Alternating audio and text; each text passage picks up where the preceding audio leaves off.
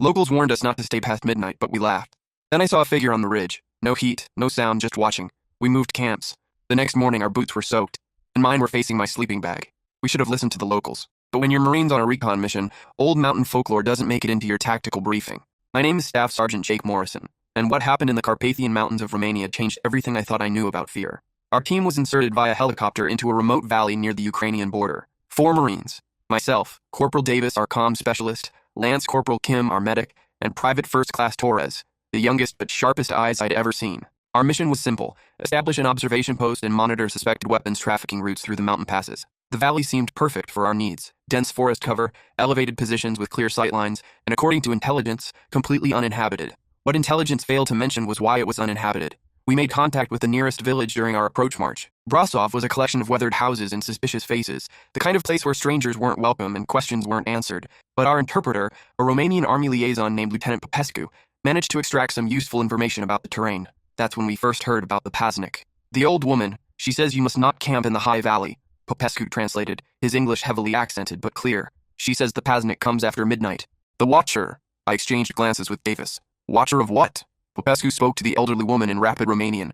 Her response was animated, fearful, punctuated by religious gestures. She says it watches for those who do not belong, those who stay past midnight in its domain. Popescu looked uncomfortable translating. She says it marks people, leaves signs, makes them ready. Ready for what? Kim asked. The woman spoke again, her voice dropping to a whisper. Even without understanding the language, the terror in her tone was unmistakable. She will not say, Popescu admitted, but she begs you to camp in the lower valley. Says many have gone to the high places and, he struggled for words, changed, or disappeared. Torres laughed, breaking the tension. Seriously? We're letting ghost stories dictate our tactical position? I had to agree with him. We were Marines, not tourists on a camping trip. Our mission required the high valley for optimal observation. Some local superstition wasn't going to compromise our objectives. Thank the woman for her concern, I told Popescu. But we have our orders.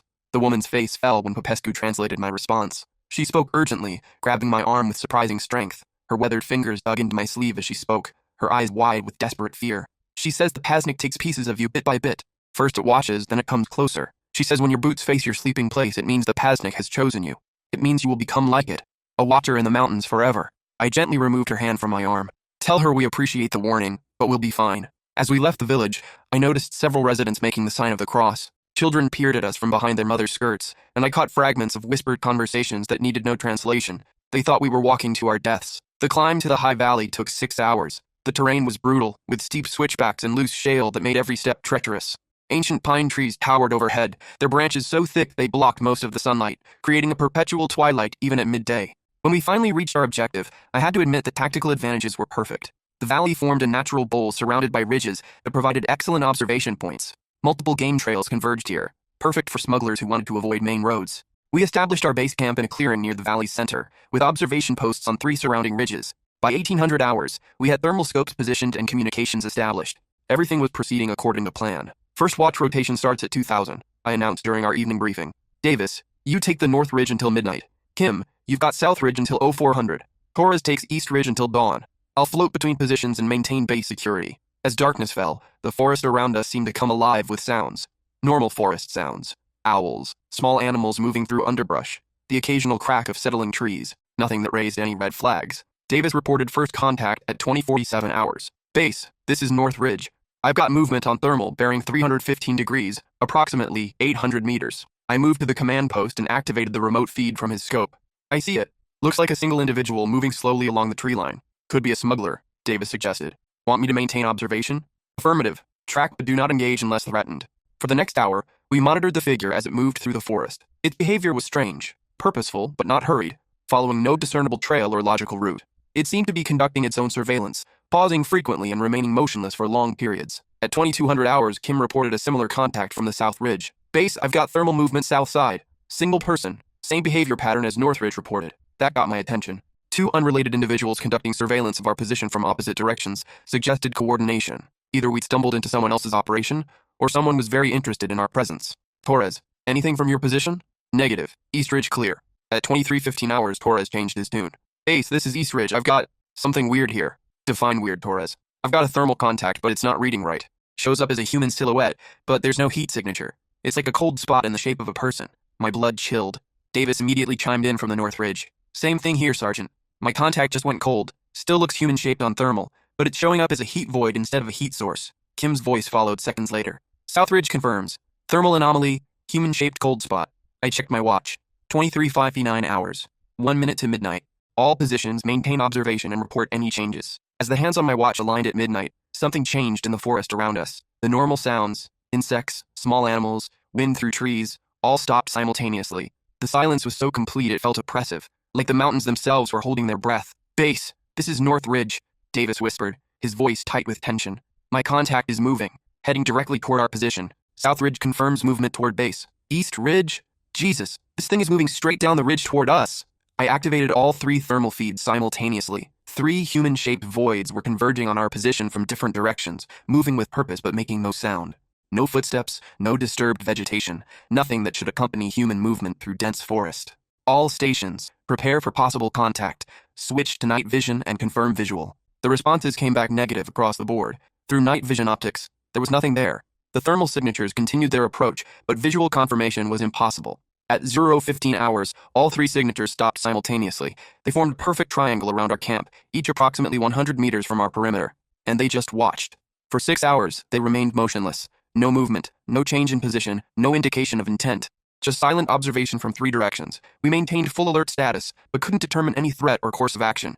You can't shoot at something you can't see, and you can't call in support for thermal anomalies. At dawn, the signatures vanished as suddenly as they'd appeared. Stand down from alert status, I ordered, though none of us felt like relaxing. Conduct security sweep of the perimeter. The sweep revealed something that made my hands shake. Around our camp, at precisely the spots where the thermal signatures had stopped, we found sets of footprints. But these weren't normal human tracks. They were perfect impressions in the soft earth. Too perfect, like they'd been pressed by a machine rather than made by walking. And they were wet, despite the dry night and clear weather. More disturbing, the tracks didn't show any approach or departure paths. They simply appeared at those 3 spots, as if the figures had materialized, stood for hours, then vanished. Sergeant, Torres called from the eastern perimeter. You need to see this. I joined him at the tree line. The footprints here were different, deeper, more defined, and pointing directly toward our camp. But what made my stomach drop was the positioning. They weren't tracks of someone walking or standing normally. They were positioned like someone had been sitting facing our position for the entire 6-hour period. It was watching us sleep, Torres said quietly. Davis approached from the north perimeter. Same thing over here. Looks like someone sat and observed us all night. We're moving camp, I decided immediately. Pack it up. We'll establish a new position on the western ridge. Nobody argued. Whatever was happening here, we all felt the wrongness of it. The oppressive sense of being studied, cataloged, measured for some unknown purpose. We relocated to a defensive position on the western ridge with good sight lines and multiple escape routes. The new camp felt more secure, and we maintained strict watch schedules with overlapping fields of observation. That night, we implemented additional security measures. Motion sensors around the perimeter, infrared tripwires, and continuous thermal sweeps every 15 minutes. If something approached our position, we'd know about it. At 23:58 hours, every single motion sensor triggered simultaneously. All stations, we have perimeter breach on all sides, I announced. Multiple contacts approaching. But the thermal scopes showed nothing. Empty forest in every direction. The motion sensors continued triggering in patterns that suggested movement, but visual and thermal confirmation remained negative. At midnight exactly, the motion sensors stopped. And that's when we saw them. Through thermal imaging, 3 human-shaped voids appeared at the tree line. Same as the previous night, but closer. Much closer.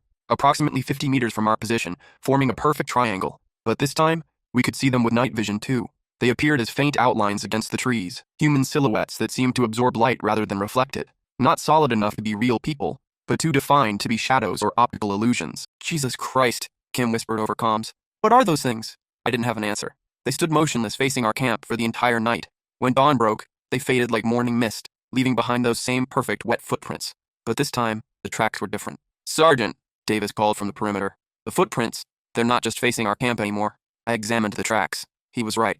Instead of pointing toward our general position, each set of prints was oriented toward a specific sleeping area. One set pointed toward Davis's bivouac, another toward Kim's, the third toward Torres's position, and there was a fourth set, deeper and more defined than the others, pointing directly toward my sleeping bag. The implication was terrifying. Whatever these entities were, they weren't just observing our group anymore. They were targeting individuals. We need extraction, I decided. This mission is compromised. But when Davis tried to raise headquarters on the radio, we got nothing but static. The emergency beacon showed active, but no response came from outside the valley. We were isolated, cut off from support, and running out of options. Sir, Torres said quietly, maybe we should consider what that old woman said about not staying past midnight. I wanted to dismiss it as superstition, but the evidence was mounting. Whatever was happening started at midnight and lasted until dawn.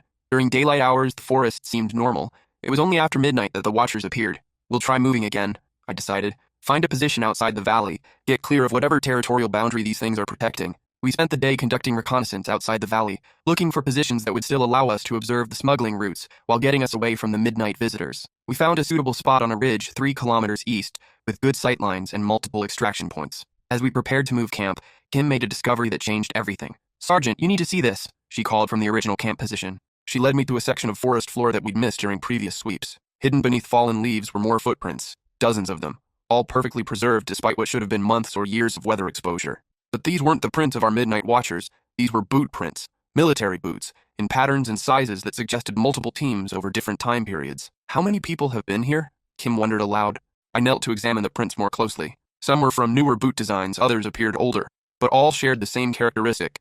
They were arranged in neat formations, as if their owners had stood at attention before. What? At the center of the print formations, we found something that made my blood freeze. 4 sets of footprints arranged in a perfect square, all pointing inward toward a common center. But at that center, instead of more prints, there was a circular depression in the earth. And in that depression lay military gear, dog tags, equipment fragments, and personal items that looked like they'd been carefully arranged. I picked up one of the dog tags. The name was weathered but readable. SGT Michael Reynolds, USMC.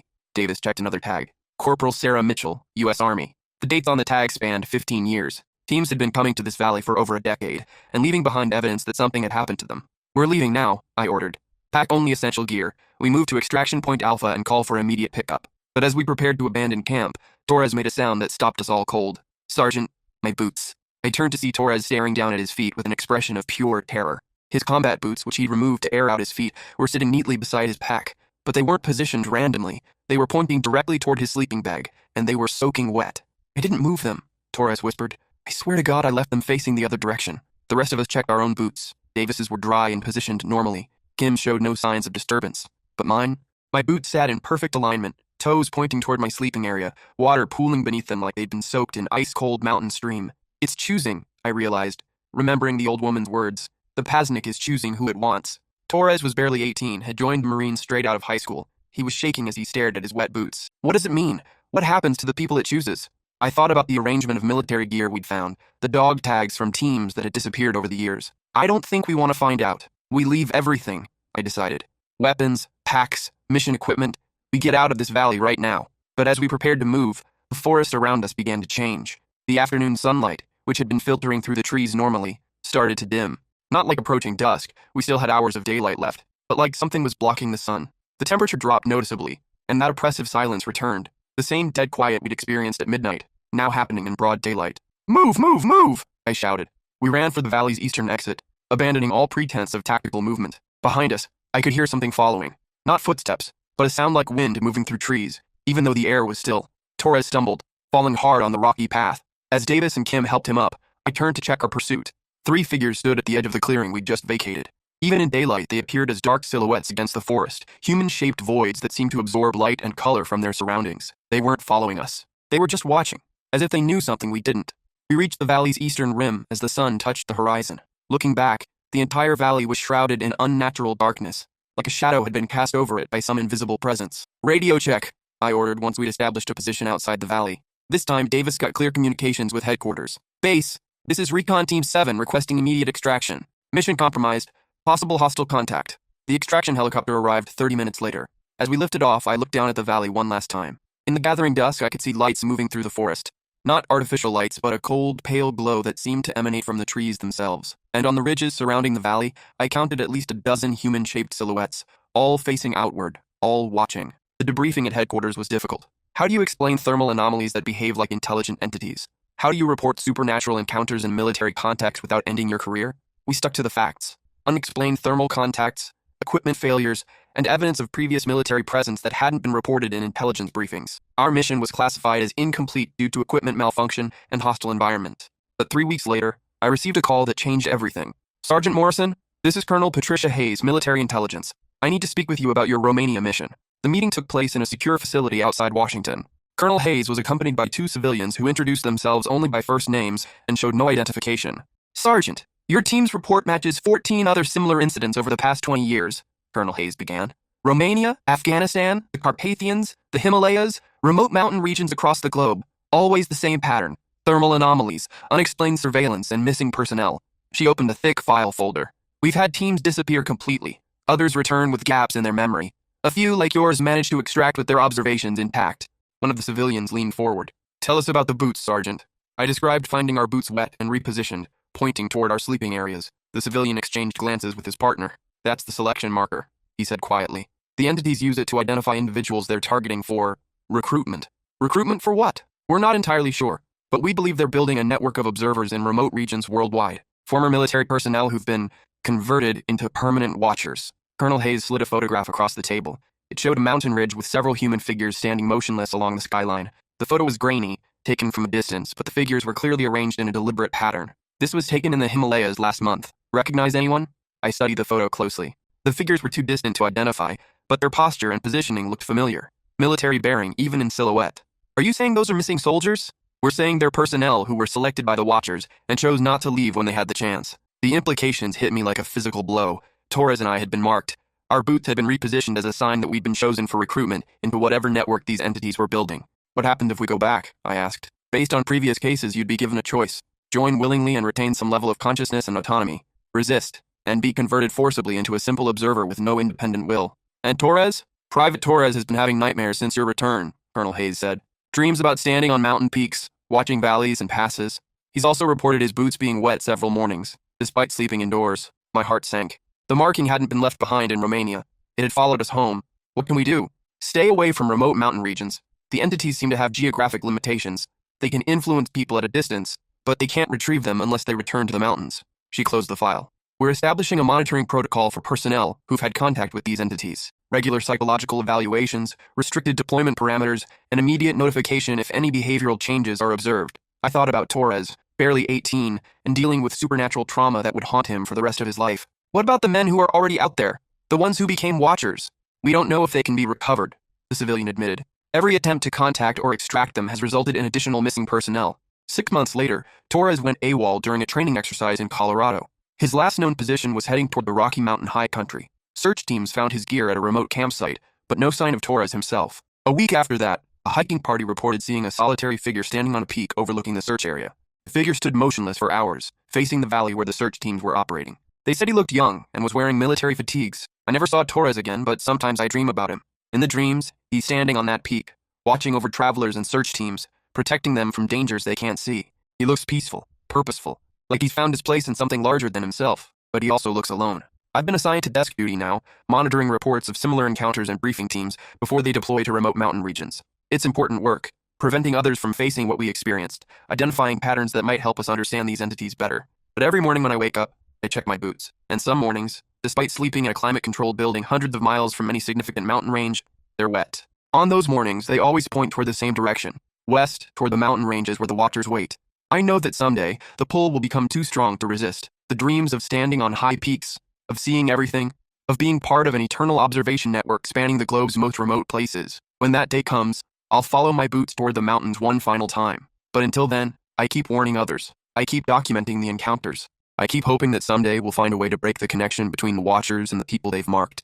Because somewhere out there, on peaks across the world, good soldiers are standing eternal guard over passes and valleys. They're protecting travelers from dangers both human and otherwise, maintaining a watch that spans centuries. They're heroes in their way, but they're also prisoners. And the mountains are always looking for more recruits. The Midnight Watch awaits for us all.